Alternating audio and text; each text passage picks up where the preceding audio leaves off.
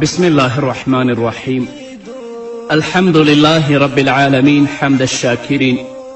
الصلاة والسلام على سيد الأنبياء والمرسلين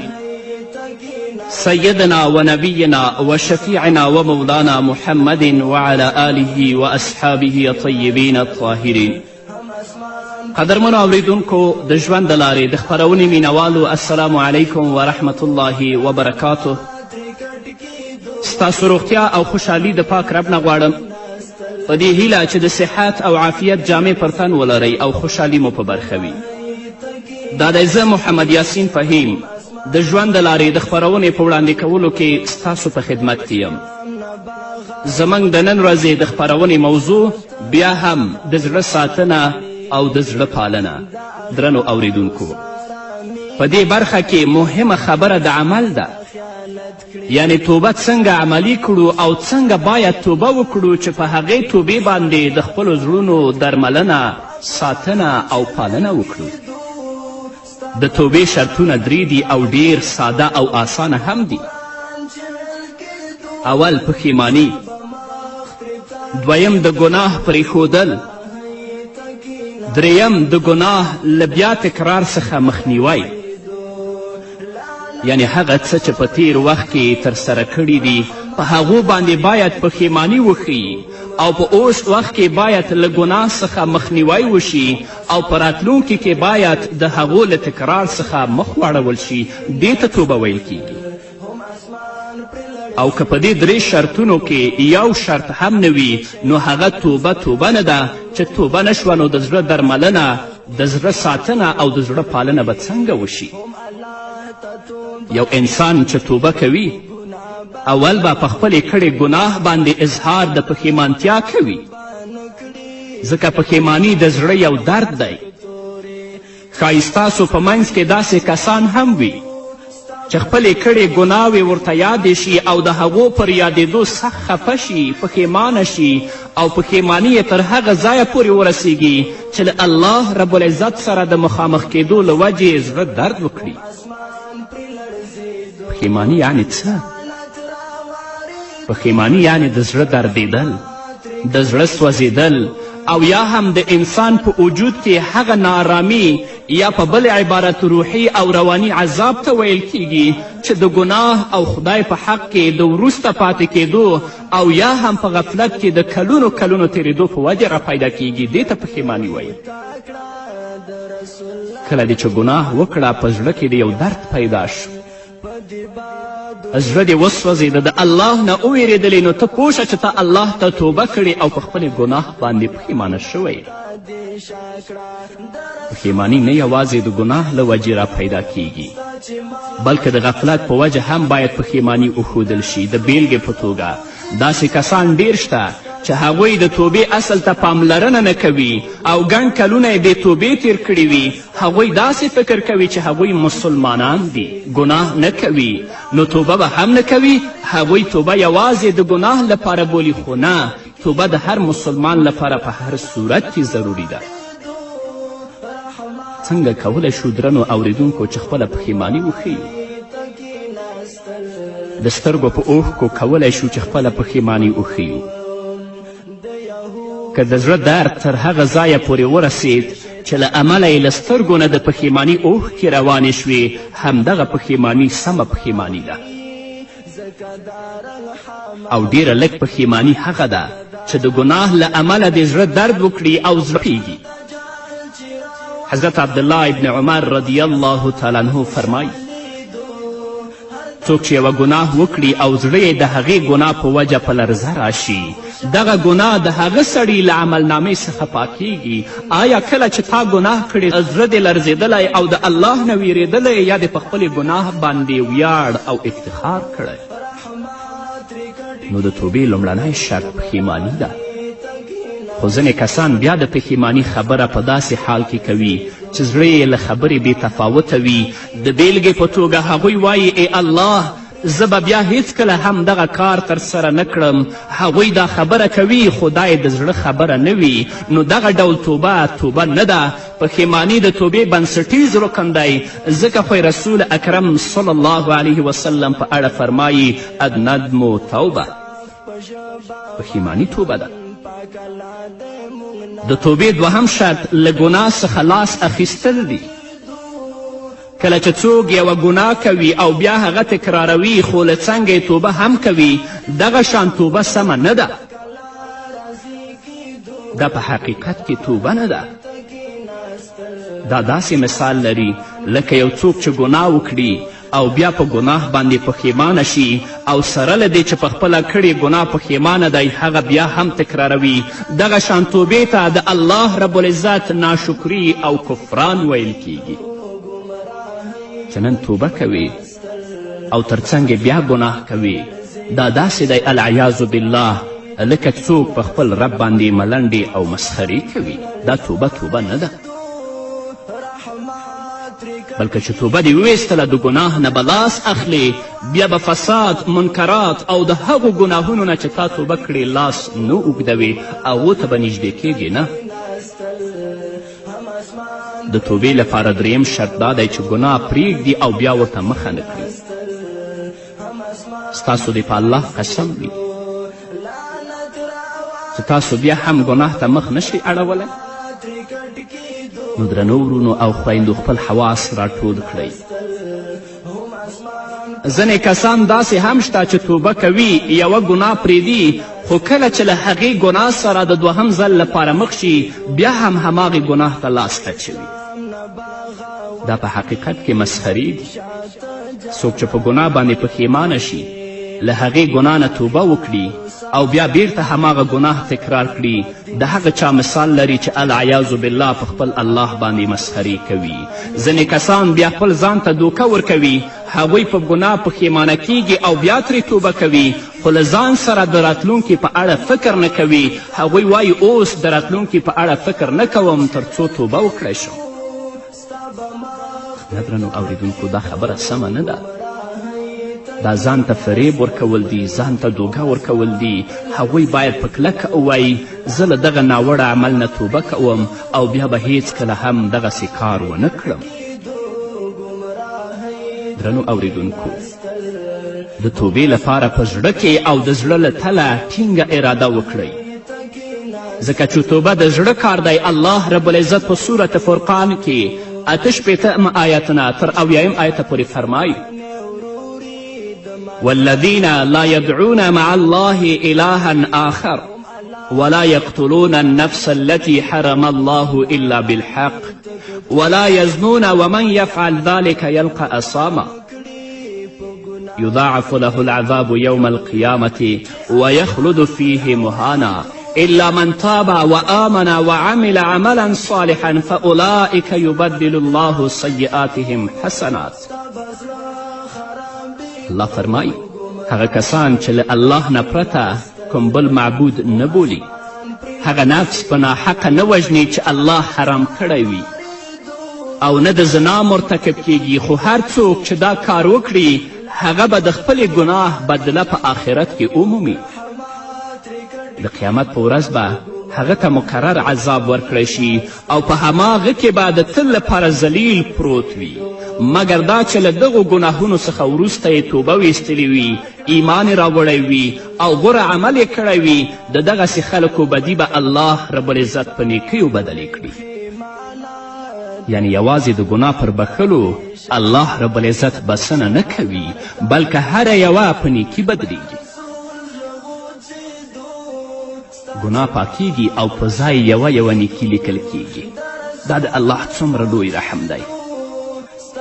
راځئ د زړه نه الله ته توبه وکړئ، په خپلو ګناهونو باندې پښیمانه شئ، هغه بد کار اوس پرېږدئ او د تل لپاره دا تصمیم ونیسئ چې بیا به ګناه نه کوو. الله به درته بښنه وکړي او الله به ستاسو هغه ګناوې په نیکیو باندې بدلې کړي. دا د الله څومره لوی فضل دی په خپلو بندګانو باندې. صحابه کرام رضوان الله تعالی علیهم اجمعین فرمایي کله چې محمد رسول الله صلی الله علیه وسلم دغه آیت واوریده، نو د دې آیت په اوریدو باندې محمد رسول الله ډېر خوشحاله شو،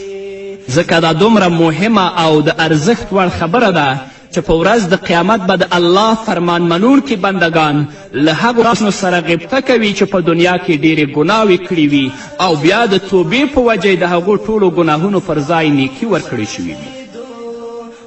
هو یوه خبرې ته مو پام وساتئ. له دې خبرې نه مقصد دا نه ده چې تاسو ګناه وکړئ او بیا توبه ورباندې وکړئ چې نیکي مو زیاتې شي. داسې فکر هیڅکله هم ونه کړئ. بلکې که تاسو نه ګناه شوي وي، ډیر په تضرع او په عاجزي او په اخلاص سره الله ته خپل لاسونه لپه کړئ، سر په سجده کې دی الله ته توبه وباسئ. تاسو د الله رب العزت رحمت ته ځیر شئ چې هغه په خپلو بندگانو باندې څومره رحیم دی او څومره مهربانه دی. د مسلم حدیث دی. راوی د حدیث حضرت ابوذر رضی الله تعالی عنه دی. هغه فرمایي چې نبی کریم صلی الله علیه وسلم وفرمایل چې د قیامت په ورځ د حساب او کتاب میدان ته به یو تن راوستل شي او الله رب العزت به ووایي چې هغه ته یې د خپلې صغیره ګناهونه وروښیئ. په دې توګه به هغه ته خپلې صغیره ګناوې وښودل شي او کبیره ګناوې به ورته ونه ښودل شي. بیا به د الله رب العزت له طرفه ورته وویل شي په فلانۍ ورځ تا دغسې او هغسې ګناه وکړه او هغه به هم په خپله ګناه اقرار وکړي او انکار به په دې خاطر ونه کړي چې له هغه سره به د کبیره ګناهونو اندېښنه وي. او بیا به د الله رب العزت له طرفه وویل شي چې هغه ته د هرې صغیرې ګناه په بدل کې یوه نیکي ورکړئ. په حقیقت کې خو دا هماغه د الله حکم دی چې الله فرمایلي فاولئک یبدل الله سیئاتهم حسنات. د دغسې خلکو بدي به الله رب العزت په نیکیو بدلې کړي. تر دې وروسته به بنده ووایي چې ما په دنیا کې داسې ګناوې کړې وې چې هغه دلته نه تر سترګو کیږي. د دغه حدیث راوي حضرت ابوذر رضی الله تعالی عنه فرمایي په دې وخت کې محمد رسول الله صلی الله علیه وسلم دومره وخندل چې د مبارک غاښونه ښکاره شول. خو که ستاسو په یاد وي د دې کار موږ 3 شرطونه ټاکلي وو چې یو یې پښیماني، دویم یې د ګناه پرېښودل او دریم دا چې په خپله توبه ټینګ درېدلی وي. نو که یو انسان الله ته توبه وباسي، د زړه نه توبه وباسي، په اخلاص توبه وباسي، په خپلې ګناه باندې پښیمانم شي او هغه ګناه په هغه ساعت کې پرېږدي او بیا تل لپاره د عزم ولري چې زه ګناه نه کوم، امید ده چې الله رب العزت به د ده بدي په نیکیو باندې بدلې کړي او الله رب العزت به دا جنت ته واستوي. نو درنو اوریدونکو، راځئ چې الله ته لاسونه لپه کړو، الله رب العزت نه د خپلو ګناهونو بخښنه وغواړو. موږ او تاسو ټول ګناهګار یاستو. الله غفور ذات دی، الله رحیم ذات دی، خو توبه هم داسې توبه وکړئ چې د توبې شرایط مراعات کړئ تر څو چې زموږ رب زموږ نه راضي شي. او که نن توبه کوو سبا بیا ګناه کوو او بله ورځ بیا توبه کوو بله ورځ بیا ګناه کوو، دا په خپل رب باندې مسخرې دي. دا توبه نه ده. د زړه نه او په اخلاص توبه وکړئ، د خپلو زړونو پالنه او ساتنه په توبې وکړئ تر څو چې رب زموږ نه راضي شي. په همدې هیله قدرمنو اوریدونکو نور به واورو خو د یوې دمې نه وروسته. د شیطان څکانې وروري د منځه وخت کې پکورې هم الله ته توبه نه کړي په ګناه باندې تک تورې هم الله ته توبه نه کړي په ګناه باندې تک تورې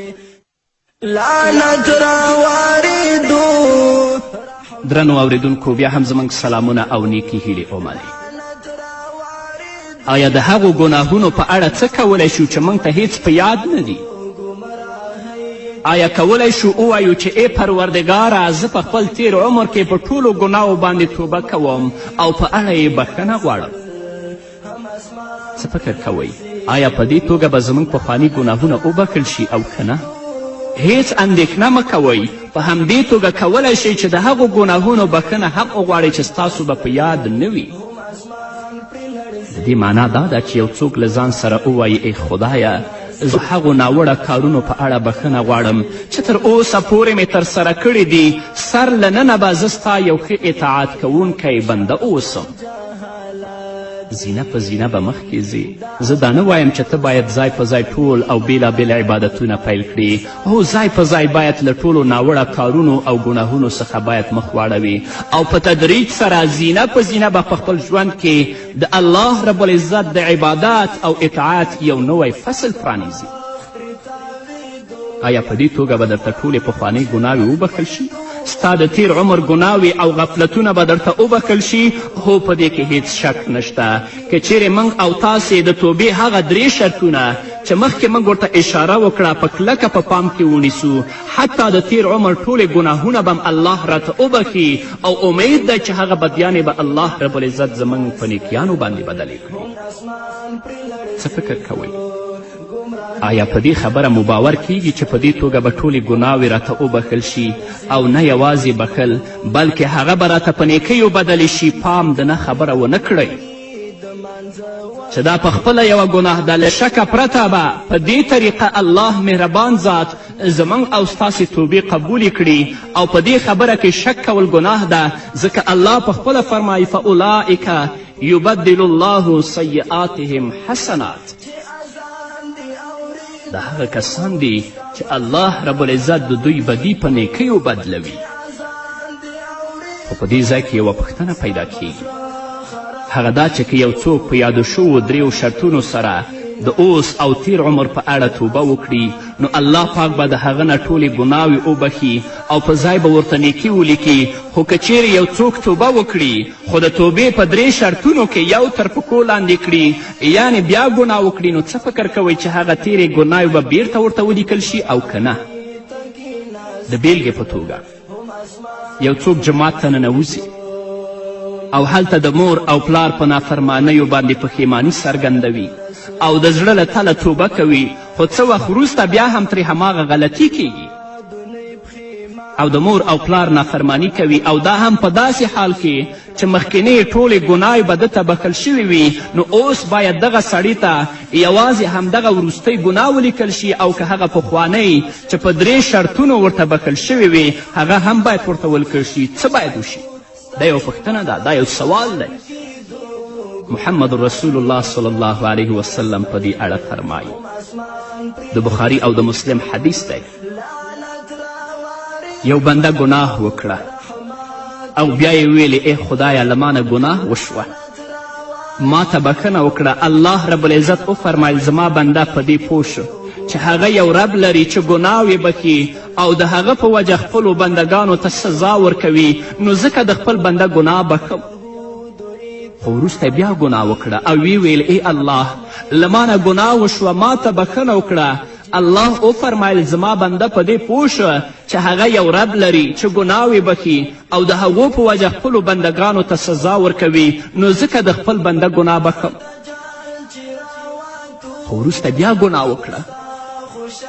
او وی ویلې ای الله له ما نه ګناه وشوه، ما ته بښنه وکړه. الله وفرمیل زما بنده په دې پوه شه چې هغه یو رب لري چې ګناوې بخي او د هغو په وجه خپلو بندګانو ته سزا ورکوي، نو ځکه د خپل بنده ګناه بخم او څه چې غواړي هغه دې وکړي. الله رب العزت مهرباني څومره پراخه ده. هر ځل چې ګناه وکړي الله پاک بیا هم درته بخي، خو له بده مرغه ځینې کسان چې ګناه وکړي هغوی توبه نه کوي او ډیر ځله خو دا خبره هم کوي چې ما یو ځل توبه کړې ده، نو بیا ولې او د څه لپاره توبه وکړم؟ محتاج اخلاص سره په صداقت سره توبه وکړه چې زه به د مور پلار نافرمانی نه کوم. هغه د توبې 3 شرایط دې مراعت هم کړل، خو یو وار بیا درنه ګناه وشوه چې بیا توبه وباسې، الله رب العزت به بیا هم درته بښنه کوي او مخکیني ګناهونه چې الله ستا په نیکیو بدل کړي هغه به بیا درته په ګناه کې نه لیکي. دا د الله لوی رحمت او دا د الله لوی فضل دی په خپلو بندګانو باندې. نو ورونو او خویندو موږ او تاسې باید هیڅ کله هم داسې خبرې ونه کړو، بیا باید توبه وکړو. که په ورځ کې 100 ځله توبه وکړو نو بیا هم کمه ده، او په دې توګه به الله رب العزت موږ ته 99 ځله بښنه وکړي. یو کس محمد رسول الله صلی الله علیه وسلم ته راغی، د حدیث طبرانی په اوسط کې روایت کړی، او نبی کریم صلی الله علیه وسلم ته ویلې که زه ګناه وکړم هغه به په ما پسې ولیکل شي؟ محمد رسول الله صلی الله علیه وسلم ورته وفرمیل هو در پسې لیکل کیږي. هغه سړي ویلې ای د الله رسوله که توبه وکړم بیا به څه کیږي؟ رسول الله ورته وفرمیل ستا ګناوې به درته وبخښل شي. سړي بیا وویل که د توبې وروسته بیا هغه ګناه وکړم څه به کیږي؟ رسول الله ورته وفرمیل که دې بیا ګناه وکړه هغه به بیا درپسې ولیکل شي. سړي بیا ویلې که بیا توبه وکړم څه به کیږي؟ رسول الله ورته وفرمیل که دې توبه وکړه بیا به وبخښل شي. هغه سړي په وروستي ځل وویلې ای د الله رسوله دغه ګناوې به تر څه وخته پورې بخښل کیږي؟ محمد رسول الله صلی الله علیه وسلم ورته وفرمیل ان الله لا یمل من المغفرة حتی الاستغفار. الله هیڅکله هم له بخښلې څخه نه ستړی کیږي ان تر هغو پورې چې تاسو له بخښنې څخه ستومانه شئ. الله نه ستومانه کیږي. دلته یوه ډیره مهمه او د پام وړ خبره ده. ځینې خلک له خپل ځان سره وایي زه په خپله ګناه پښیمانه یم، زړه مې پرې خوږیږي خو نشم کولی چې د پرېښودلو لپاره یې ټینګه اراده وکړم. زه نشم کولی چې په کلکه له ځان سره تصمیم ونیسم چې نور به محرماتو ته نه ګورم یا نور به ګناه وې نه کوم. زه دغه شان کسانو ته چې د ګناه په پرېښودلو کې ټینګ عزم او اراده نشي کولی او د خپل د زړه له کمزوري نه ځورېږي یوه سپارښتنه کوم. هغه دا چې په داسې حالت کې یوازې دوه لارې انسان ته ورپاتې کیږي. لومړی دا چې بنده باید خپل خدای ته زاری او عاجزي وړاندې کړي تر څو الله رب العزت ورته توبه نصیب کړي. الله ته زاری کوه، الله ته عاجزي کوه چې الله دې په خپله توبې باندې ثابت قدمه وساتي، بیا کله هم ګناه ته لاس اوږد نه کړي. یوه لاره دا ده. دوهم دا چې دغه په زړه کمزوری انسان باید تل له نیکو خلکو سره ناسته پاسته ولري، ځکه د نیکو خلکو په کړو وړو کې هم دغه توان شته چې خپل ملګری د هغو بدو عملونو ته متوجه کړي او هغه ته له ګناه عمل څخه د توبې لپاره د زړه ډاډ ورکړي چې الله ته متوجه شه او توبه وباسه. نو درنو اوریدونکو راځئ چې ډیر په عاجزي او تضرع سره الله ته متوجه شو، توبه وباسو او د توبې شرایط مراعت کړو تر څو چې الله رب العزت موږ ته بښنه وکړي او په دې توبې باندې کولی وشو چې د خپلو زړونو پالنه او ساتنه وکړو. رابطه به مو له الله سره ټینګه وي، رابطه به مو له شیطان سره قطع وي او په دې کې عزت د دنیا او د آخرت نغښتی دی. په همدې هیله قدرمنو اوریدونکو دا وه زموږ د نن ورځې خپرونه چې ستاسو درانه حضور ته وړاندې شوه. تر بلې خپرونې پورې چې زه بیا هم ستاسو درانه حضور ته راځم تاسو ټول په لوی الله سپارم. پاتې ژوندم نیکمرغه، ښاد، بریالي او کامیاب اوسئ. پدې بادونې پښیمانه د قرآن لار ته دې شاکړه، د قرآن لار ته دې شاکړه. د رسول غوڅېدو ستا چې مخ تراشل کېدو، د رسول غوڅېدو ستا چې مخ تراشل کېدو. ګمراهۍ ته کېناستل هم اسمان پرې لړزېدو،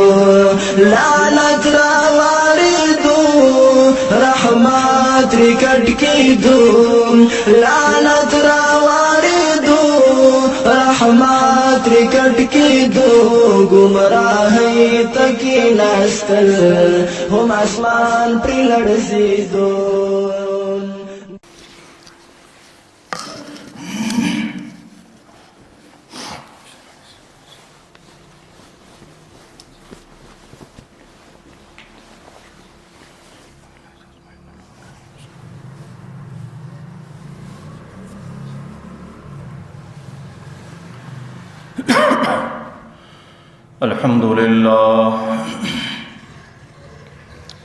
الحمد لله نحمده ونستعينه ونستغفره ونؤمن به ونتوكل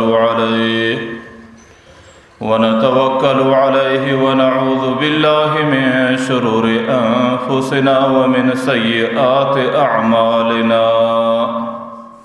من يهده الله فلا مضل له ومن يضلله فلا هادي له. ونشهد أن لا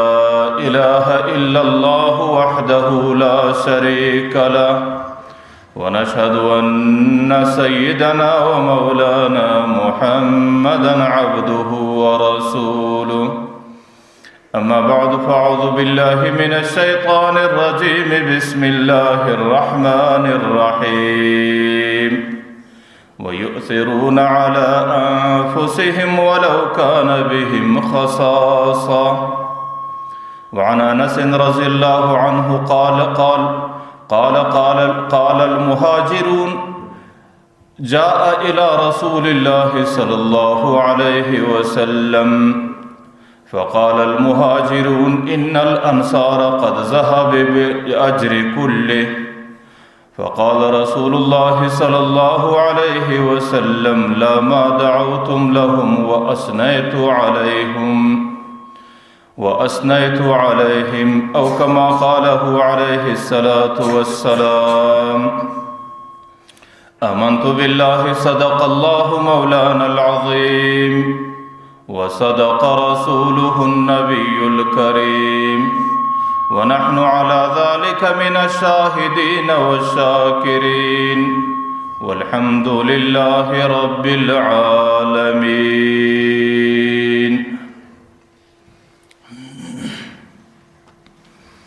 محترم مشرانو، تیرے جمعہ کی مجدہ خبر تفصیلاً کڑے ہوا چې د انسان زندگی چې په کومه معاشره کې تیریږي نو په هغه معاشره کې د انسان پر ذمه باندې دوه قسمه حقوق راځي. یو قسم حقوق دا دي چې د بندگانو حقوق ادا کول چې هغې ته نوم د حقوق الله ورکول کیږي، او دویم قسم دا دی چې د الله تعالی حقوق ادا کول او هغې ته نوم د حقوق الله ورکول کیږي. چې کوم انسان په دنیا کې د حقوق الله او د حقوق العباد د دواړو د اداینې عمل وکړي او په خپله زندگی کې دواړه ادا کړي، نو هغه انسان په معاشره کې د ټولې معاشرې دپاره یو قسم د هدایت او د رهبر او د مقتدا په شکل باندې پیښېدلی شي. هغه انسان او د هغه انسان زندگی د ټولې معاشرې دپاره یو نمونه د هدایت جوړېدلی شي. ځکه که سړی انسان پر ټوله انساني تاریخ باندې نظر واچوي چې په خپله زندگی کې پیغمبر علیه الصلاة والسلام په کوم شکل باندې حقوق ادا کول او د هغې د حقوق الله اداینه په کوم شکل وله او د هغې د حقوق العباد اداینه په کوم شکل وه، چې کله انسان د هغې د کور زندگی وګوري چې د هغې د خپلو بچانو سره په کوم شکل گزاره، د هغې د خپلو قریبانو سره په کوم شکل گزاره، د هغې د صحابه کرامو د عامو مؤمنانو سره په کوم شکل گزاره، نو د انسان په ذهن کې دا خبره ځای پیدا کی چې کوم حقوق العباد پیغمبر علیه الصلاة والسلام ادا کو، شاید په انسانی تاریخ کې به د هغې نظیر او مثال پیدا کول انسان ته مشکل شي. یا چې انسان کله د پیغمبر علیه الصلاة والسلام د مسجد او د عبادت زندگی وګوري چې هغې د الله تعالی د حقوقو د ادا کولو په کوم شکل باندې اهتمام کاوه، نو شاید په ټوله انسانی تاریخ کې به بیا هم د هغې نظیر او مثال انسان پیدا نه کړي. ځکه حقوق الله او حقوق العباد ادا کول دواړه دا د پیغمبر علیه الصلاة والسلام طریقه او سنتو د امت دپاره، او د پیغمبر علیه الصلاة والسلام څخه وروسته صحابه کرامو په کوم شکل د الله او د بندگانو حقوق ادا کو چې هغې په کومه ایثار او قرباني باندې د عامو انسانانو سره زندگی تیره کړه. که سړی د صحابه کرامو د حالاتو مطالعه او معلوماتو کې نو هم به د انسان په دماغ کې دا خبره ډیره درنه سي او د انسان په دماغ کې به دا خبره ځای پیدا کی چې شاید د صحابه کرامو غوندې حقوق ادا کول دا به د معاشرې د بل فرد په وس کې نه او د معاشرې د بل فرد به په طاقت کې نه. روایتو کې راځي چې کله پیغمبر علیه الصلاة والسلام د مکې مکرمې څخه مدینې منورې ته هجرت وکړ، جام الله دالر سوکک یا طالب پیدا چې کله پیغمبر علیه الصلاة والسلام د مکې مکرمې څخه مدینې منورې ته هجرت راوکړ نو د صحابه کرامو یو لوی ډله د مهاجرینو په شکل باندې مدینه منورې ته راغلل چې د هغې دا راتګ د یو سیلاب په شکل و، د هغې دا راتګ د ډېر کثرت او د ډېر ازدحام په شکل باندې و. دی وخت کې مدینه منوره یو ډېر کوچنی کلی دی، یو ډېره کم او معمولي آبادي ده. چې کله صحابه کرام را ورسېدو نو اوس مدینه منوره کې د دې مهاجرو صحابه کرامو دپاره د آبادکارۍ مسله وه چې هغوی به په کومو کورو کې دلته اوسېږي او د هغه رقم د هغوی دپاره د ژوند تېرولو ته د تجارت مسله وه چې هغوی به ژوند څنګه تېروي او د هغوی د نانو نفقې مسله وه چې هغوی به څه خوري او گزاره به په کوم شکل کوي. حالانکه هغه مهاجر صحابه کرام چې د مکې مکرمې سره راغلي دي هغه په 2 لاسه راغلي دي، هغه صرف د دې بدن په لباس کې راغلي دي. د هغې سره چې کوم مالونه هغه مکه مکرمه کې فاته سو، د هغې سره چې کوم جایدادونه هغه په مکه مکرمه کې فاته سو، د هغې سره چې کوم دولتونه هغه ټول د دوی سره مکه مکرمه کې فاته سو. نو چې کله په 2 لاسه مدینې منورې ته رالو د مدینې منورې انصارو په زړو کې الله تعالی داسې ایثار او قرباني ور واچوله چې د هغې ایثار او قرباني په ټوله انساني تاریخ کې سړي ته بل ځای باندې د انسان معلومات نه راځي چې په بل قوم او قبیله کې دي. هغې خپل مالونه او دولتونه، هغې د خپلو کورو دروازې او د خپلو مالو او دولتو دروازې د دې مهاجرو پر مخ باندې را خلاصې کړې. هغې ته په خپلو کورو کې ځای وله ورکړې، هغې د ځان دپاره میلمانه وګرځول او د هغې خدمت یې په ډېره صحیح طریقه سره ادا کړې. حالانکه د پیغمبر علیه صلات وسلام دوی ته هېڅ فرموده نه وه، د پیغمبر علیه صلات وسلام دوی ته هېڅ فرمان نه و، د پیغمبر علیه السلام دوی ته هېڅ وینا نه وه. چې کله پیغمبر علیه صلات وسلام د انصارو مهاجرو اخلاص ولیدی، د هغې ایثار او قرباني یې ولیدله، نو پیغمبر علیه صلات وسلام د صحابه کرام په مابین کې موافات او ورورګلوي جوړه کړه. ورته ویل چې کوم مهاجر د مکې مکرمې سره راځي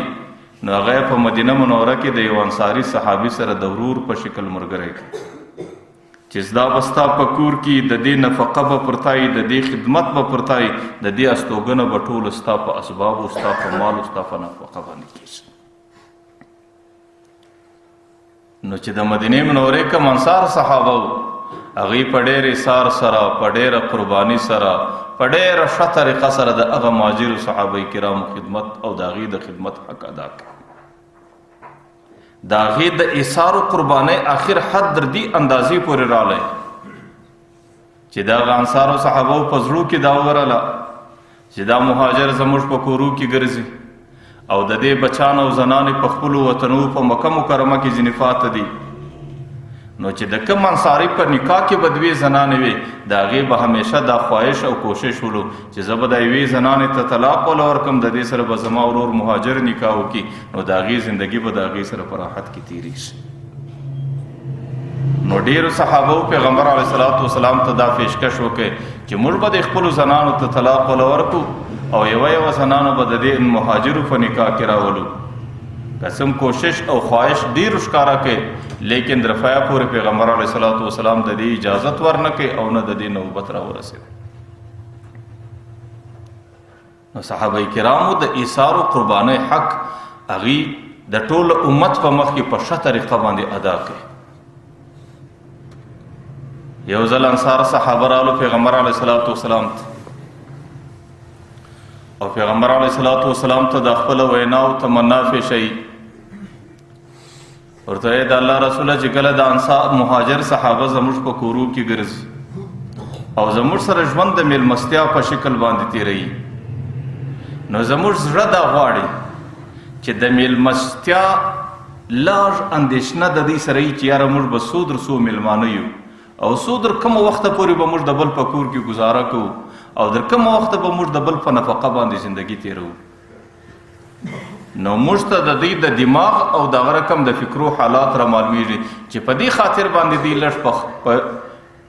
په تکلیف کې دي او د دوی سره همیشه په دماغ کې دا سوچونو فکرونو اندېښنې.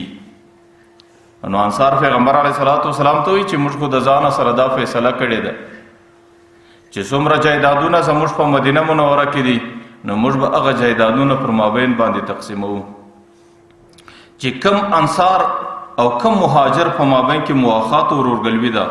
نو هغه انصار صحابي به د مهاجر ورور ته د خپل نیم جایداد ورکوي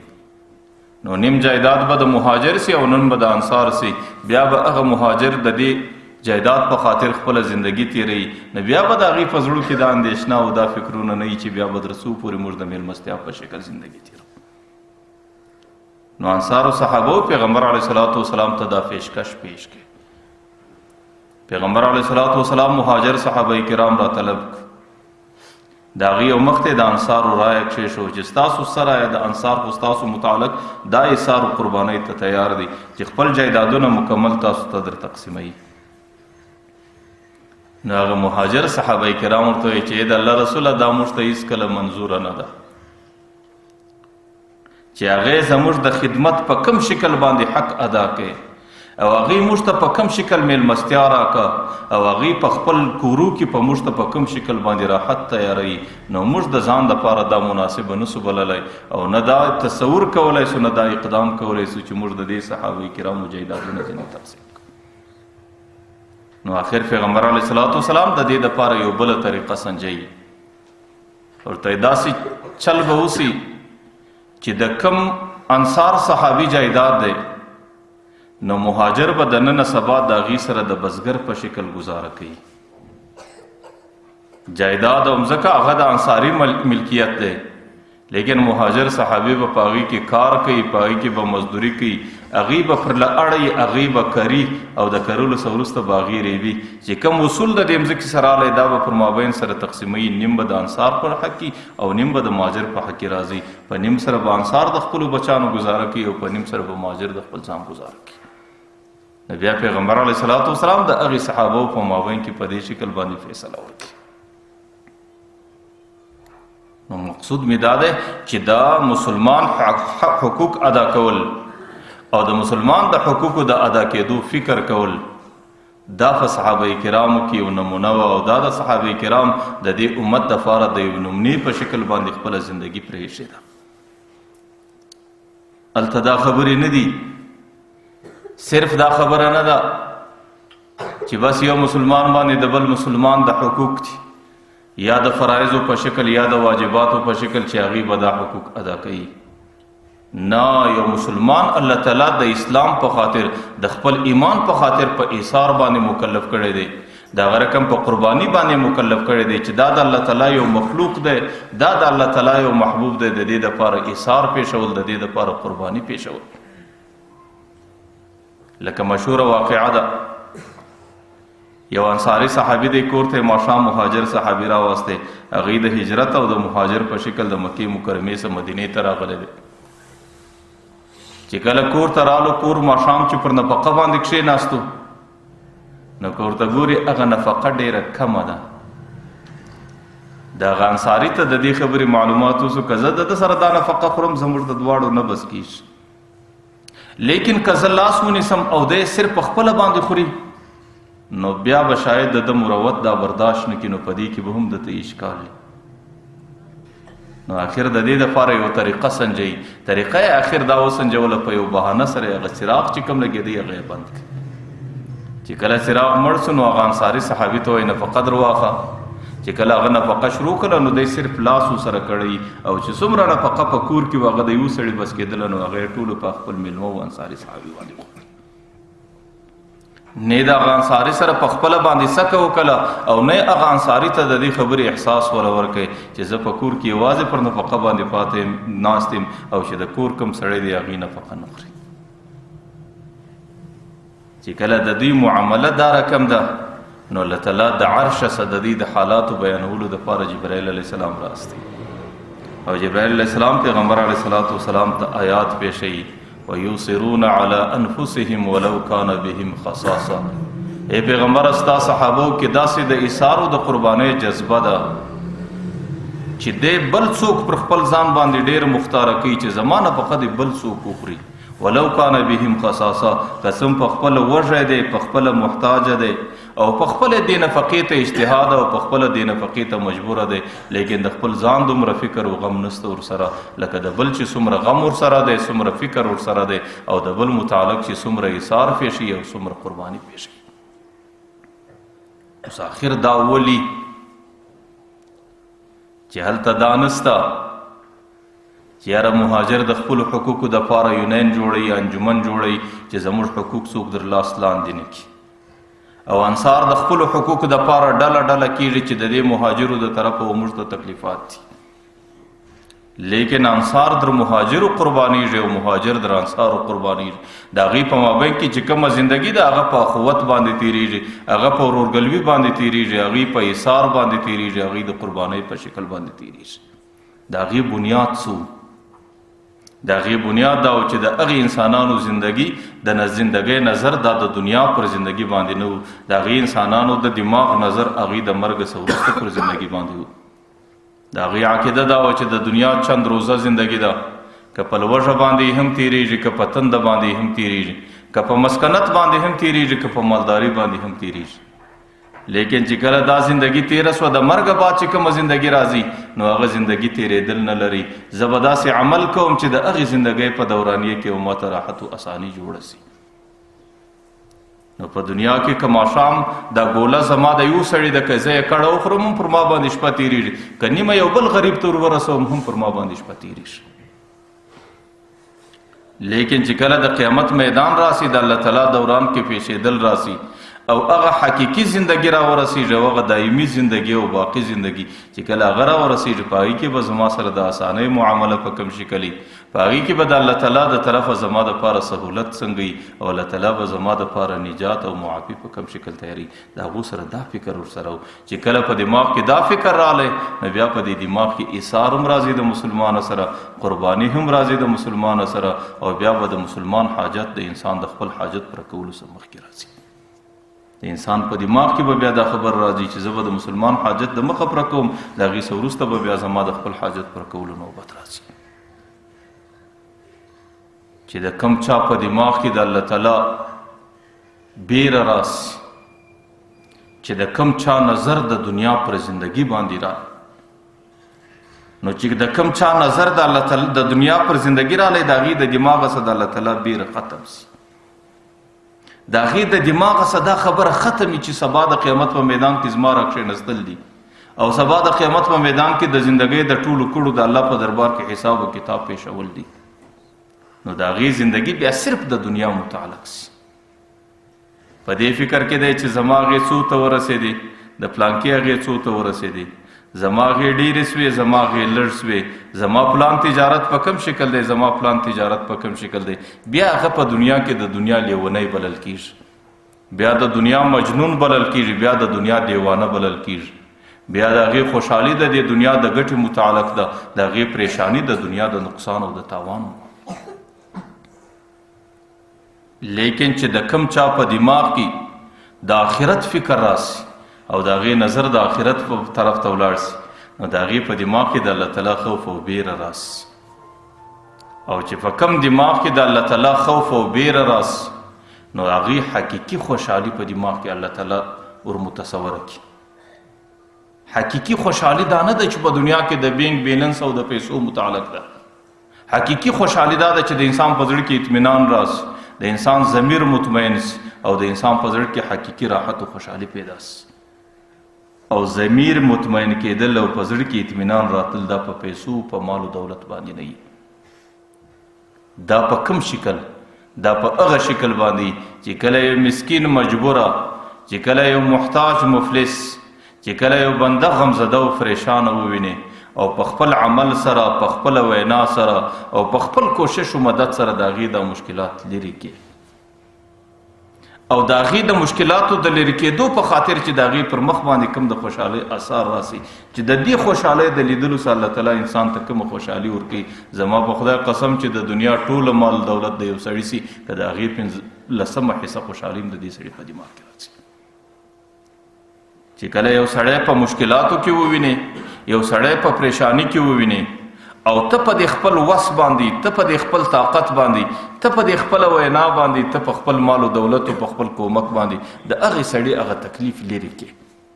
او بیا د هغه سړي و دې چهره او مخ ته وګورې، د دې تکلیف لرې کېدلو په خاطر د هغې پر مخ د خوشحالۍ آثار ښکاره سي، چې د دې خوشحالۍ د آثارو د لیدلو په خاطر الله تعالی ستا په زړه کې کوم راحت او اطمینان پیدا کوي او پر دې باندې ستا ضمیر څومره مطمئن ګرځي. نو ما درته ویل دا بیا په مال او دولت باندې دا شی نه پیدا کېږي. نو چې د کم چا نظر د آخرت پر نعمتو باندې، چې کم چا نظر د مرګ څخه وروسته پر زندگی باندې، نو د کم چا نظر پر حقیقي خوشحالي پیدا کولو باندې، بیا د هغې په مخ کې د دنیا مال او دولت څه قدر او حیثیت نه لري، بیا د هغې په زندگی کې ایثار او قرباني د مسلمانانو سره خامخا راځي. ما مخکې درته ویل چې خبره دا نه ده چې صرف زه په دنیا کې زندگی تیره کم، زه په دنیا کې مال او دولت ډیر کم، بلکې موږ او تاسو مسلمانان یو، د مسلمانۍ وعده مې کړې ده، موږ او تاسو مؤمنان یو، الله تعالی موږ ته ایمان را په نصیب کړی دی. د مسلمانۍ او د ایمان دا تقاضا نه ده چې صرف د مسلمان حقوق ادا کوه، بچې کم فرایض در باندې راځي او واجبات در باندې راځي، بلکې اسلام او ایمان د سړي سره ایثار او قرباني غواړي.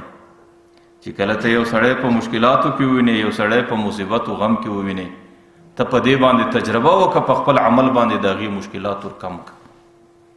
چې د هغې په خاطر الله تعالی ستا په زړه کې کم سکون راولي، د هغې په خاطر ستا په زړه کې کم خوشحالي راولي، او د هغې په خاطر باندې الله تعالی تا ته څونه حفاظت او اطمینان در په نصیب کوي. نو ما درته ویل چې د دنیا په مال او دولت کې بیا هغه حفاظت او هغه اطمینان نه پیدا کېږي.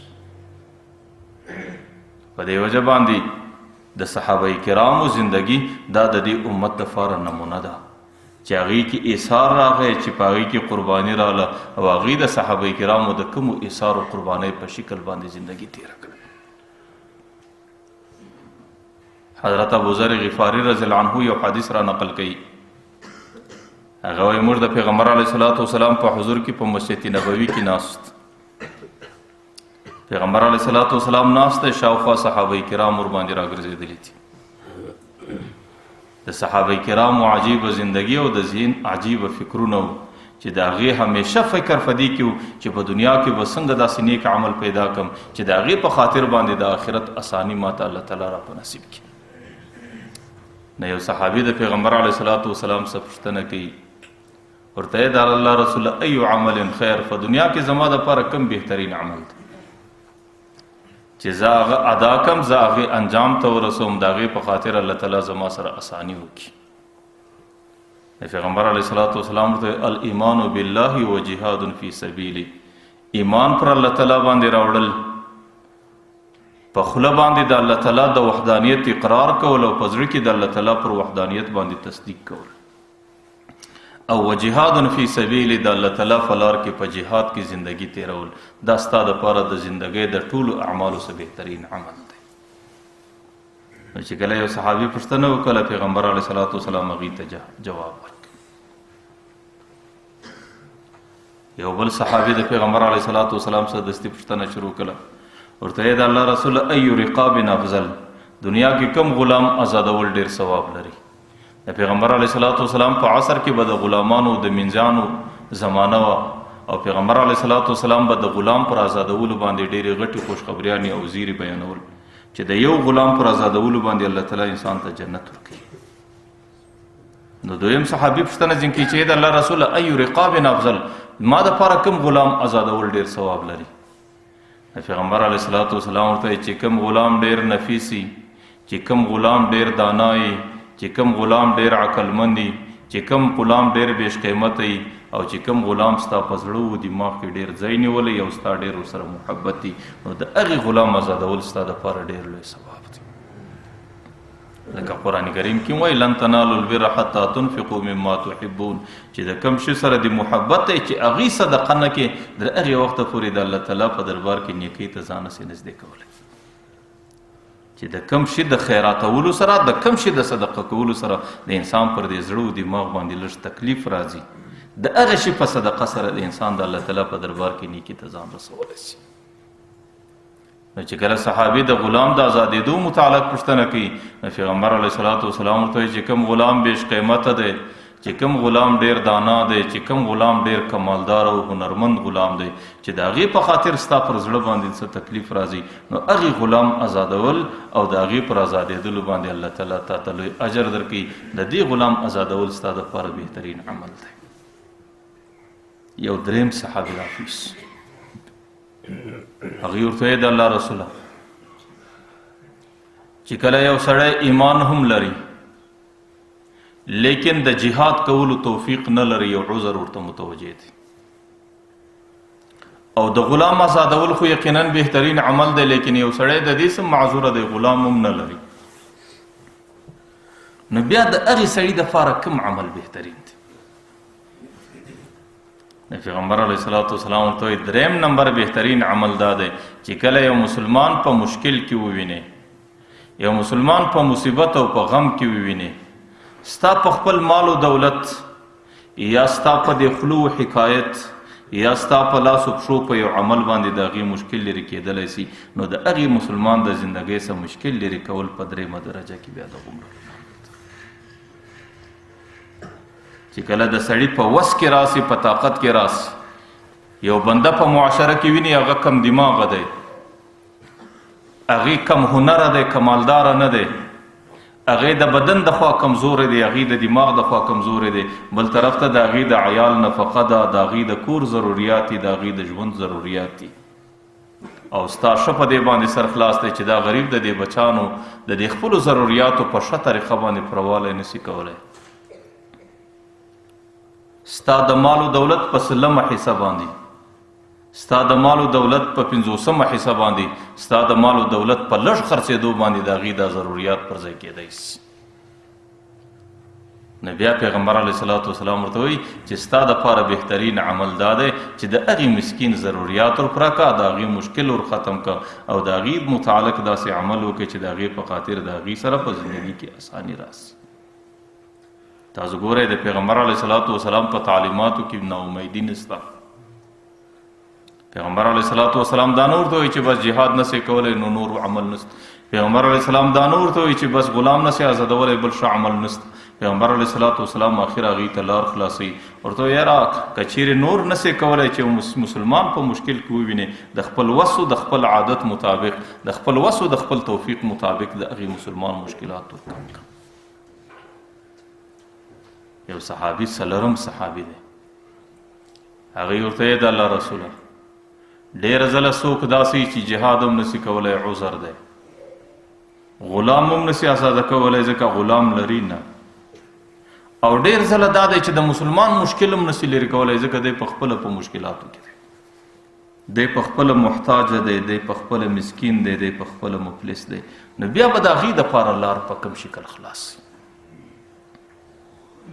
پیغمبر علیه الصلاۃ والسلام هغې ته هم ناامیدي نه وبیانوي. پیغمبر علیه الصلاۃ والسلام ورته که دام نسې کولی، دام نسې کولی، دا عمل هم نسې کولی، نو اخرنی عمل دا دی ان تدع الناس من الشر، چې خلک د خپلو تکلیفو څخه محفوظه وساتي. په کم کور کې چې اوسېږې نو د کور انسانانو ته د خپل وس مطابق تکلیف مور کو، او د خپل وس و کوشش مطابق د هغې د تکلیف ځان را کنټرولوه. چې په کم کلي کې اوسېږې په کلي کې همسایت ته تکلیف مور کوه، او چې په کومو قرابتدارانو کې اوسېږې خپل قریب ته تکلیف مور کوه، او په معاشره کې داسې زندگی تیره کړه چې انسانان ستا د شر څخه محفوظ وي، نو بیا به الله تعالی تا ته هغه ثواب درکوي چې مخکیني انسانانو ته یا پر جهاد باندې ورکوئ، یا یې هغې ته پر غلام آزادېدو باندې ورکوئ، یا یې هغې ته پر د مسلمان پر مشکل لرې کولو باندې ورکوئ، چې صرف مسلمانان د خپلو مشکلاتو څخه لرې وساتې، ته مجبوره یې، ته مسکین یې، ته محتاج یې، نو پر دې باندې هم الله تعالی تا ته دغه ځکه چې مسلمان د خپلې تکلیف څخه ساتې، نو دا ستا پر دې خپل نفس باندې یو قسم صدقه ده، او ځکه دا ستا دپاره داسې عمل دی چې د قیامت په میدان کې تا د خپل نفس د جهنم د اور څخه محفوظ کړي، او چې کم سړی خپل نفس د جهنم د اور څخه محفوظه کړي، نو دا هم د دې بنده دپاره پر دې خپل نفس باندې یو صدقه او خیر و خیرات معلومېږي. که سړی پر دې باندې نظر وکړي، مسلمانان د خپلو تکلیفو څخه ساتل، د مسلمانانو سره د خپل وسه پورې ایثار و قرباني کول، او که دا د سړي په وس کې نه کم سے کم مسلمان د خپل تکلیف څخه محفوظه کول دا زموږ په دین کې د معاشرت او د اخلاق لوی بنیاد دی. لکه پیغمبر علیه الصلاة والسلام وایي المسلم من سلم المسلمون من لسانه و یده. معاشره کې یقینا مسلمان، معاشره کې حقیقي اسلام د هغه چا په نصیب کې راځي چې عام مسلمانان د هغې د لاسه څخه محفوظ وي، د هغې د ژبې څخه محفوظ وي او د هغې د تکالیفو څخه مسلمانان محفوظه ژوند تېرولی شي. ما درته اول خو به د مسلمان صفت دی چې مسلمان به د مسلمان سره احسان کوي، مسلمان به په خپله زندگی باندې د مسلمانانو مشکلات لرې کوي، د هغوی سره به د ایثار او د قربانۍ معامله کوي. لیکن که چیرې هغه د انسان په توفیق کې نه دی، هغه د انسان په وس او طاقت کې نسته، بیا یو مسلمان د پیغمبر په تعلیماتو کې په دې باندې مکلف دی چې انسانان به د خپلو شرورو سره، انسانان به د خپلو تکلیفو سره او د خپل لاسه سره مسلمانانو ته تکلیفونه نه رسول، د دې زندگی به انسان تیری او په دې باندې انسان مکلف دی. امام غزالی رحمه الله احیاء العلوم کې لیکلی دي چې په دې دنیا کې الله تعالی 3 قسم حیوانان پیدا کړي دي. یو قسم حیوان هغه دی چې د هغې زندگی مکمله د انسانیت دپاره نفع ده، لکه زموږ او ستاسو معاشره کې موږ ګورو یا د غوا په شکل دی، یا د بزې په شکل دی، یا د نورو پایدمونو حیوانانو په شکل دی چې پر هغې باندې سړی سپرتیا کوي، پر هغې باندې سړی بار راوړي او پر هغې باندې سړی خپل بوج پورته کوي. نو دا هغه حیوانان دي چې د هغې زندگی مکمله سراسر د انسانیت دپاره نفع او فایده ده. او دویم قسم حیوانان هغه دي چې د هغې زندگی د انسانیت دپاره سراسر نقصان دی. د هغې مثال داسې دی لکه مار دی په معاشره کې، لړم دی او نور ظاهریله حیوانان دي چې د هغې د زندګۍ څخه سړي ته څه نفع ظاهرا نه ور معلومیږي، لیکن ظاهرا د هغې زندګي د انسانانو دپاره د معاشرې دپاره سراسر نقصان دی. او دریم قسم حیوانان هغه دي په معاشره کې چې د عام انسانیت دپاره نه د هغې نفع شته نه د هغې نقصان شته، لکه عام طور بریو د غرو د دې حیوانان چې امام غزالی رحمه الله انسان ته وایي چې انسانه خپله زندگی د خدای په خاطر د دې یو قسم حیوان متعلق تیره کا، د معاشرې دپاره نفع جوړ سه، په معاشره کې انسانانو ته فایدې ورسوه، په معاشره کې انسانان د ځانه څخه خوشحاله که، او دا انسانیت دا ټول د الله تعالی مخلوق دی، دا د الله تعالی محبوب دی، دا د الله تعالی عیال دی. او پیغمبر علیه الصلاة والسلام وایي چې الله تعالی ته په ټوله انسانیت کې محبوب هغه څوک دی من احسن الی عیاله چې د الله تعالی د عیال او د الله تعالی د مخلوق سره سمه زندگی تیروي. نو په معاشره کې د خیر خلکو سره د الفت او د محبت او د مدد او د نیکارۍ زندگی تیره کړه. که د دا په وس کې نه ده، کم سے کم د هغه حیوان غوندې زندگی تیره کړه چې هغه په معاشره کې نه انسانانو ته نفع ورسوي نه انسانانو ته نقصان ورسوي. نو ورته د خدای په خاطر د ځانه یو زهریله حیوان مه جوړوه چې دلته دا په نیش باندې وهلی، دلته دې ته تکلیف ورسولی،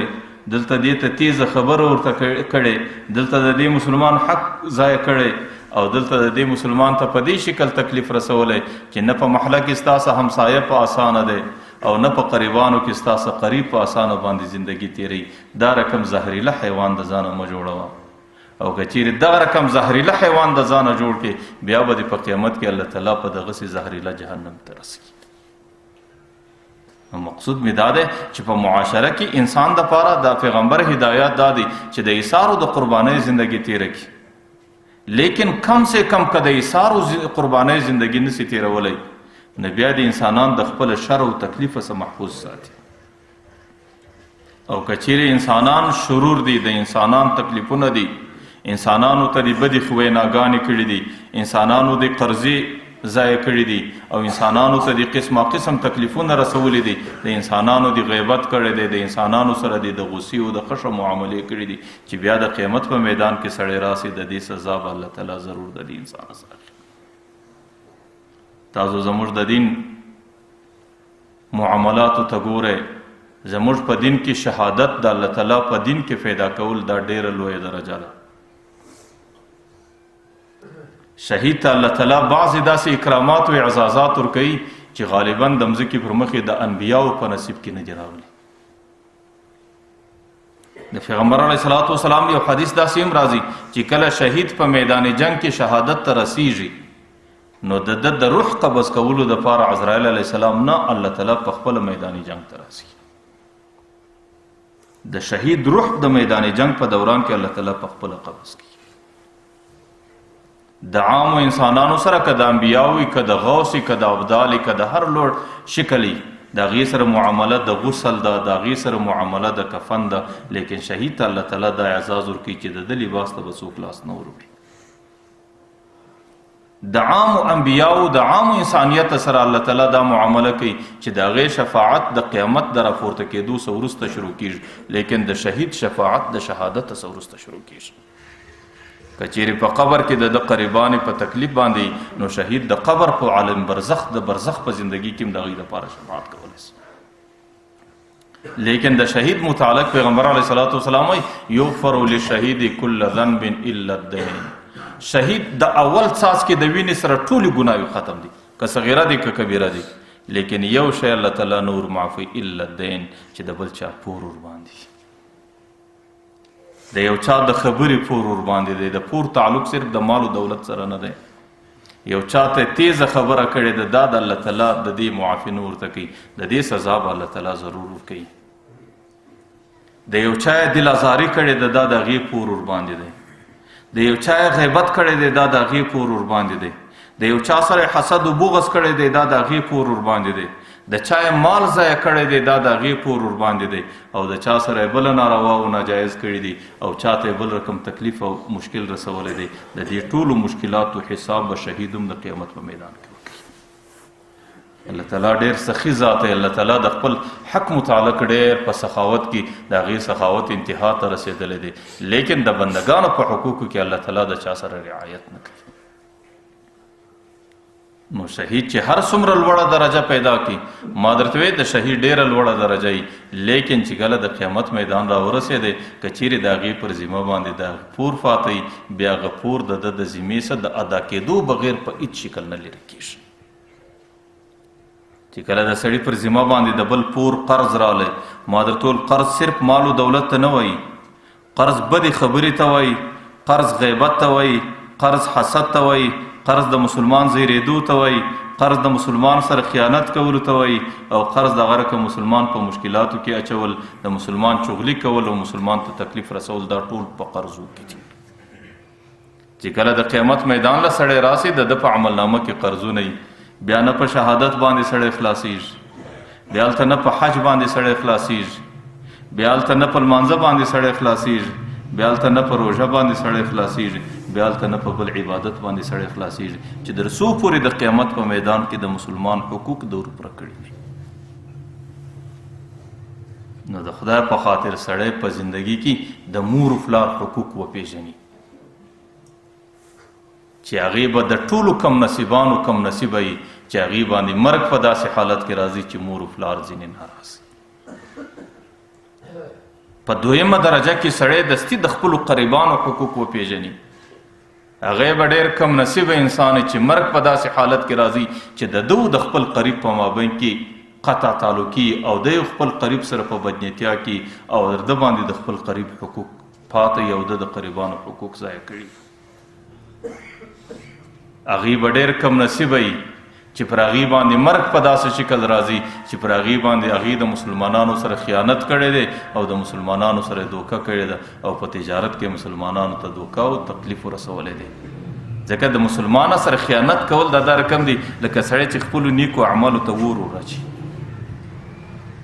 او چې کوم نیکو اعمالو ته اور ولویږي نو د قیامت په میدان کې بیا هغې سړي له پښه نه ورځي.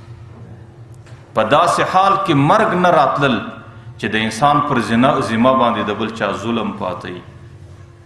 چې د مسلمان سره ظلم سوی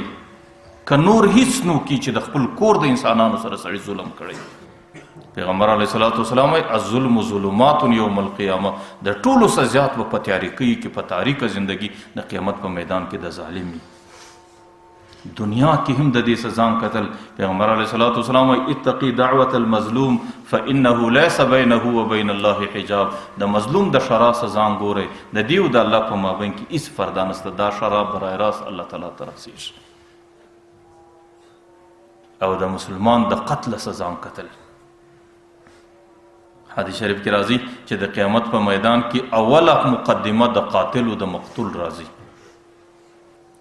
مقتول به په دې چپه لاس کې د خپل سر راخستی او په دې راسته لاس به د خپل قاتل در دې ګریوان داسې نیولی او د الله تعالی و عرش ته به یې ودرېږي چې الله ته د دې ظالم څه پوښتنه وکړه چې زه پر څه باندې قتل کړم. نو الله تعالی ورته وایي ته غم مه کوه، زما دې په خپل عزت و جلال قسمي که ټوله انسانیت ستا پر که ټوله کائنات ټوله مخلوقات ستا پر دې قتل سره راجمع سوي وای نن به ما ټوله جهنم ته واچولي وای، نو دا یو انسان دا ظالم به څنګه نه وبچو. پیغمبر علیه السلام حدیث هم داسې دی چې د یو بنده پر قتل باندې ټوله انسانیت راجمع سي، لا به د قیامت په میدان کې الله ټوله انسانیت جهنم ته واچي. د مسلمان د ظلم سزا قتل، د مسلمان د قتل سزا قتل او د مسلمان حق پر خپل ذمه باندې نه پرېښول، خاص کر بیا مسلمان تشکنزل نه کول. پیغمبر علیه الصلاة والسلام وایي اذا تصابت امتی سقطت من عین الله، چې کله زما په امت کې شکنزل ډیر سي د الله تعالی د رحمت د نظره سره د امت ولویږي، بیا الله تعالی د طبقې ته د قوم ته د امت الله تعالی د رحمت په نظر باندې نه ګوري. ځکه الله تعالی وایي اذا عصیت غضبت، چې دا خلک زمانه فرمانی شروع کی د شکنزلو په دې شکل نو مال ډیره غصه راسي. و اذا غضبت لعنت، چې زما غصه راسي زه پر دې قوم لعنت راستوم. و ان اللعنة متى السابعة، زما لعنت بیا په دې قوم کې در اومه پشته پورې چلیږي، چې بیا اوه نسله تیریږي د مخکینی نسل د شکنزلو په خاطر پر دې اوه نسله باندې د الله تعالی لعنت راځي. نو بیا خاص کر په معاشره کې زندگی په داسې شکل باندې نه تیرول چې ستا د شکنزلو په خاطر ستا د بد ویناګانو په خاطر باندې انسانانو ته تکلیف رسول. پیغمبر علیه الصلاة والسلام د بیت الله په طواف کې روان دی، چې کله رکن یمانی ته را رسیږي نو پیغمبر علیه الصلاة والسلام به راودرېدی، صحابه کرام په فصیل بره دی بیت الله ته داسې ګوري، وایي والله ما اطیبک وما اکرمک وما اعظم حرمتک، والله ما اطیب ریحک، زما په خدای قسم چې الله تعالی څومره خوشبو پیدا کړي، وما اکرمک الله څومره اکرام او عزت در کړی دی، وما اعظم حرمتک الله څومره عظیم حرمت او عزت در په نصیب کړی دی. لیکن دا غي وروسته وایي والله لحرمت المؤمن اعظم منک، په خدای قسم مؤمن ته چې الله کوم عزت ورکړي هغه درته ډېر زیات دی. نو بیت الله تشکنزل کول د قیامت په میدان کې دا دومره لوی جرم نه دی لکه دنیا کې یو مؤمن تشکنزل کول. بیت الله نړول د قیامت په میدان کې دومره جرم نه دی لکه د یو مؤمن زړه ته تکلیف ورکول، او د بیت الله بې عزتی کول د الله تعالی دربار کې دومره جرم نه دی لکه یو مؤمن په یو مجلس کې په یو محفل کې بې عزته کول. نو چې کله الله تعالی د قیامت په میدان کې هغې سړي ته در هغې پورې مغفرت نه کوي چې در څو پورې هغه سړي د ذمې څه چې کوم د بندګانو حقوق یې هغې اخیستل سوي دي. نو کوشش انسان داسې وکړي چې مرګ انسان له په داسې حالت کې راسي چې د انسان پر ذمه باندې د چا حقوق نه وي. په دنیا کې د انسانیت دپاره مرګ راتلل دا ډېره لویه حادثه ده، ډېره لویه واقعه ده. د دې څه مخکې انسان دومره لویه واقعه په خپل ژوند کې نه وي لیدلې، لیکن مرګ په داسې حال کې راتلل چې سړی د بل په حقوقو باندې لړلی او د سړي عملنامه د بل د حقوقو سره ډکه پاتې، نو دا د هغې څوم لویه حادثه ده او لویه فاجعه ده، او دا د دې مؤمن دپاره ډېره لویه ستړې ده چې مرګ په داسې حالت کې راسي چې د ده عملنامه د بل د حقوقو ډکوي. چې سړی په روایاتو باندې نظر وکړي، که سړی په معاشره کې دا یوه لویشته مځکه د چا قبضه کړي، که نور په ټوله زندګي کې یوه ذره بد عملي نه وکړي، د هغه د جهنم دپاره بس دی. بیا که ټوله زندگی پر لمانځه تیره کړي، که ټوله زندگی پر روژو تیره کړي، که ټوله زندگی پر عباداتو باندې تیره کړي، که د بل چا هغې دې نه قبضه کړې، صرف د دې شارې دا دې قبض کړه، د دې لارې دا دې قبض کړه، د دې کوڅې دا دې قبض کړه، چې په دنیا کې بل یو عمل نه وکړي، بس د هغه دې د جهنم دپاره بس دی. چې د ستنې د سپم مقدار ګناه سړی نوره نه وکړي، لا د دې یو عمل په خاطر الله تعالی جهنم ته وټاکي. یو حدیث شریف کې راځي چې کومه مځکه تا قبضه کړه،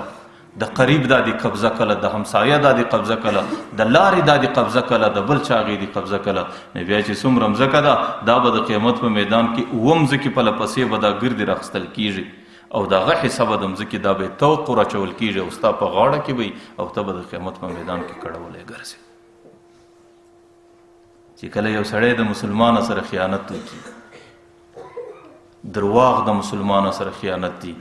دوکه د مسلمانه سره خیانت دی، عیب والا شی پر مسلمان خرڅول دا خیانت دی. زموږ سلفو کې دا قانون چې هغې به کله یو شی پر ځان پر چا خرڅاوی نو د ټولو څه مخکې به عیب ورښکاره کوی. او زموږ اوس عادت دې ته را رسېدلی دی چې د ټولو څه مخکې هغه عیب ځینې پټوو او که د هغه زړه ته د عیب پټېدل نه راځي نو په درواغو یې پټوو. که په درواغو د هغې تسلي نه کېږي بیا قرآن و قسم باندې هم صرفه نه لرم چې زه په کوم شکل دا معیوبه شی پر دې مسلمان باندې خرڅ کړم. حالانکه معیوبه شی پر مسلمان باندې خرڅول دا د مسلمان سره خیانت دی او دا د مسلمان حق ضایع کول دی. حدیث شریف کې راځي چې کله د قیامت میدان جوړ سي نو د یو مسلمان به حقوق ضایع سوي نو هغه مسلمان به راسي د الله تعالی دربار ته وایي چې د دې ظالم څخه زما حقوق راواخله. نو الله تعالی ورته وایي چې سړی خپل حقوق ورکړه دې سړي ته، صاحب حق ته خپل حق ورسوه. نو هغه ورته وایي الله ما خو په دنیا کې کسه کړي دي هغه ټول زما څه په دنیا کې پاته سو، دلته زه د شی د امانت د حق څنګه ورسوم. نو الله تعالی ورته وایي چې دلته هم د حق ما رارسولی دی ورسه ورله راوړه. نو دی ورته وایي الله چیرې پروت دی؟ نو الله تعالی به ملایکو ته وایي چې تاسو یې ورولئ حاویې له. بیا به دی د جهنم پر سر باندې حاویه ته ورپورېول کېږي. حاویه د ټولو جهنمو څخه لاندې جهنم دی. دا جهنمونه الله تعالی داسې سربیره پیدا کړي دي. د ټولو څه پورته جهنم دی، دویم نمبر جحیم دی، دریم نمبر لظا دی، څلورم نمبر سعیر دی، پنځم نمبر سقر دی او شپږم نمبر حطمه ده، اووم نمبر حاویه ده.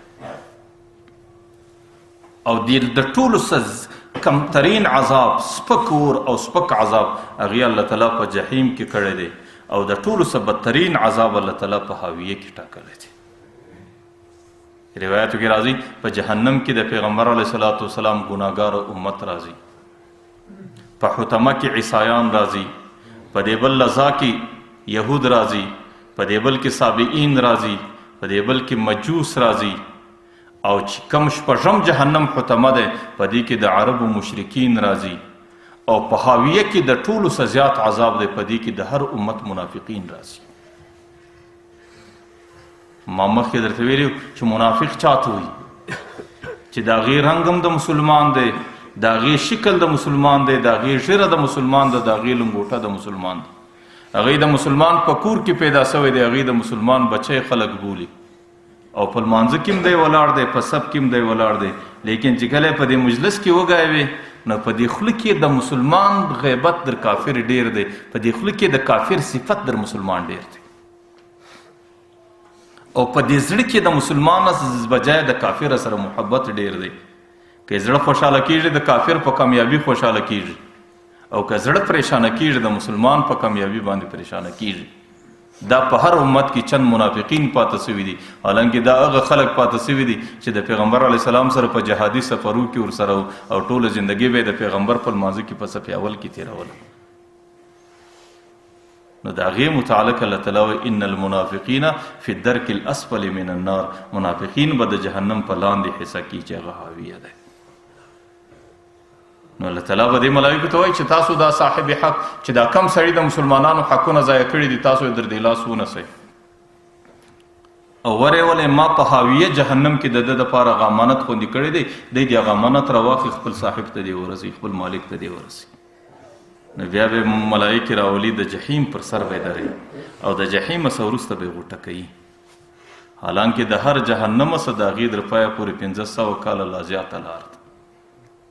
بیا به 500 کاله دی په جحیم کې روان دی، د هغې څخه وروسته په جهنم کې روان دی، بیا 500 کاله په جحیم کې روان دی، بیا 500 کاله په لظا کې، په سعیر کې، په سقر کې، په حطمه کې، آخر به حاویې ته ورسیږي. نو دی به د هر جهنم څکه کوي او چې کله د حاویه څخه هغه شی راپورته کړي نو روایتو کې راځي چې بیا به راخیږي په دې راختلو کې به پر ده باندې په 100 په زرو کلونه تېرېږي. نو د ډېره انتظار او ځنډه څه وروسته به دی جهنم ته راپورته سي. لیکن د الله تعالی حکمت به دی چې کله جهنم سره راخیږي الله تعالی به بیا پښه وشوي، بیا به دی روانې د هغه وخته پورې چې دی حاویې ته رسېږي او بیا به د حاویې سره پورته کېږي په 100 کلونو په 0 کلونو به پر ده باندې تېرېږي چې بیا د جهنم او د قیامت میدان ته راپورته کېږي. در هغې وخته پورې به الله تعالی په ده باندې د جهنم د ټولو عذابو او د ټولو جهنمو سکه کوي چې در څو پورې د الله تعالی مشیت و اراده ده متعلق. نو ما درته وی د خدای په خاطر دا وکړئ چې د کم چا په عملنامه کې د بل حقوق راجمع سوي دي، د زندګۍ د ختمېدو څخه مخکې او د قبر و توره کنده ته د ورښکاره کېدو څخه مخکې دا معاملې صفا کړي. او که چیرې دا معاملې دغسې لړلې ولاړې قیامت له او دغسې معاملې لړلې د سړي سترګې د دنیا څخه پټې سولې، بیا خو به بعضې قومونه بعضې هغه خلک چې په عذاب کې راځي ګناهګاران دي هغوی به د یو جهنم سزا ګوري، لیکن دا سړی چې د بل حقونه یې پر ذمه دي دې باندې به الله تعالی د 7 سره جهنمو سزا ګوري. د چا سره ظلم مه کوئ، د چا سره ناجایز مه کوئ. مظلوم که کافر راسي د قیامت په میدان کې ستا په مقابل کې ودرېږي، لا به د دې کافر په خاطر الله تعالی تا جهنم ته وراچي. که دې د کافر سره ظلم کړی دی او په دنیا کې دې ناجایز ورسره کړي دي، د هغې سره دې خیانت کړی دی، د هغې مال دې ځینې غصب کړی دی، لا به د دې کافر په بدله کې الله تعالی تا جهنم ته وراچي. نو چې جای چې ستا مقابلې ته یو مسلمان ودرېږي. نن خو ما او تا هغه کم نصیبه قومي کمی غصه راځي هم پر مسلمان راځي، که تیزه خبره کوو هم مسلمان ته کوو، که شکنځا کوو هم مسلمان ته کوو، او که حقوق ضایع کوو هم د مسلمان ضایع کوو، او که ظلم کوو هم یې د مسلمانو سره کوو، او که نجایز دوکه او خیانت کوو هم یې د مسلمانو سره کوو. او د قیامت په میدان کې زما او ستا مدعي د یو مسلمان په شکل زما او ستا مخ ته ولاړ دی. نو په دې خاطر باندې د انسان دپاره د ټولو څه لویه بدبختي دا ده چې انسان قبر له په داسې حالت کې ورسي چې د هغې څخه د دنیا د انسانانو حقوق ضایع سوي، هغې په تاله کې غلطیا کړي، هغې په نافولو کې غلطیا کړي، هغې په مجلسو کې د مسلمانانو غیبت کړي، هغې د مسلمانانو سره د دوکو د خیانت زندگی تیره کړي. زه تاسو ته کله کله د علامه قرطبي واقعه بیانوم چې علامه قرطبي په تبصره کې یو واقعه را نقل کړې ده چې سهار په بغداد کې یو دکاندار راغلی چې کله خپل دکان خلاص کړي نو د ټولو څه مخکې هغه خپل ترازو را پورته کوي او پر دې روډ او پر دې سړک باندې د مځکې وي او لوی کاڼی را اخلي، دا کوټي ټوله ختموي. نو دکانداران ورباندې راټول دي چې سړی څه در پیښه ده. نو هغه ورته وایي نن زموږ په محله کې زما یو همسایه او پړوسي وفات کېدی چې کله قریبانو یا د وخت عالمو یا بل چا چې هغې به د کلمې تلقین ورته کوی د بول زه نسم ویلی، هغې ورته ویلی ولې نسې ویلی؟ وایي زما په ستونه کې زما د هغه ترازو پله ولاړه ده چې په کوم ترازو ما غلط تلل کول، چې په کوم ترازو ما غلط تلل کول نن د هغه ترازو پله زما په دې ستوني کې ولاړه ده، د هغې په خاطر باندې زه نن کلمه د شهادت نسم ویلی. نو یې کم نصیبه تا څو وګټلې؟ تا به فصل کې 10 روپۍ په غلط تاله باندې زیاتې کړي، تا دې فصل کې 50 روپۍ زیاتې کړي. لیکن خدا نه خواسته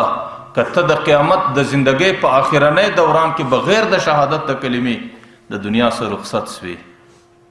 او خدا نه خواسته چې د شهادت د کلمې د نه راتلو سره الله تعالی ستاسو ایمان سلب نه کړي او چې کله ځکه د زکندن پر وخت باندې پر انسان باندې د شیطان غوټې راځي او د شیطان د غوټې دفاع سړی د شهادت په کلمه کولی شي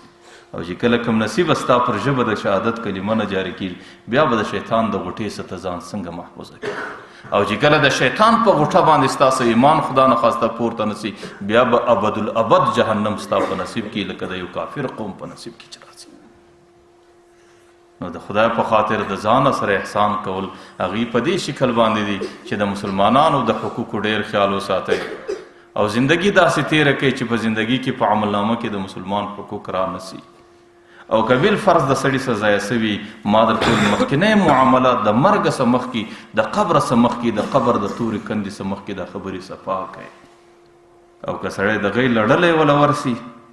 بیا خو به د قیامت په میدان کې د دې سزا. ما مخکې درته ویل چې الله تعالی د خپلو حقوقو متعلق انتهایي سخي دی. هغې د خپلو حقوقو سړي ته ورتېرېږي، د هغې د سخاوت انتها نشته. لیکن د الله تعالی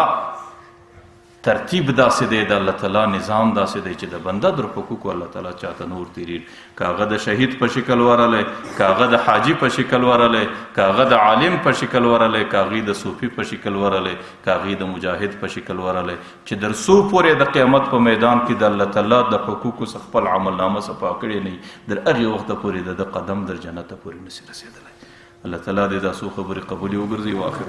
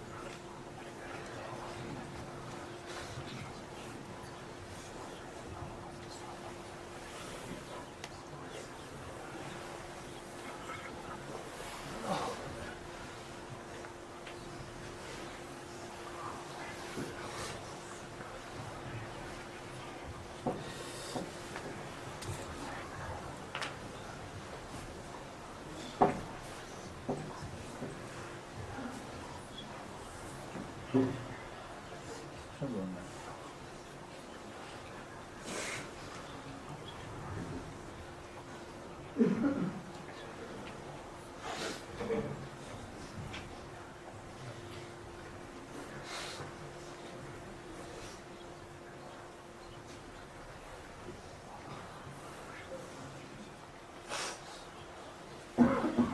Oh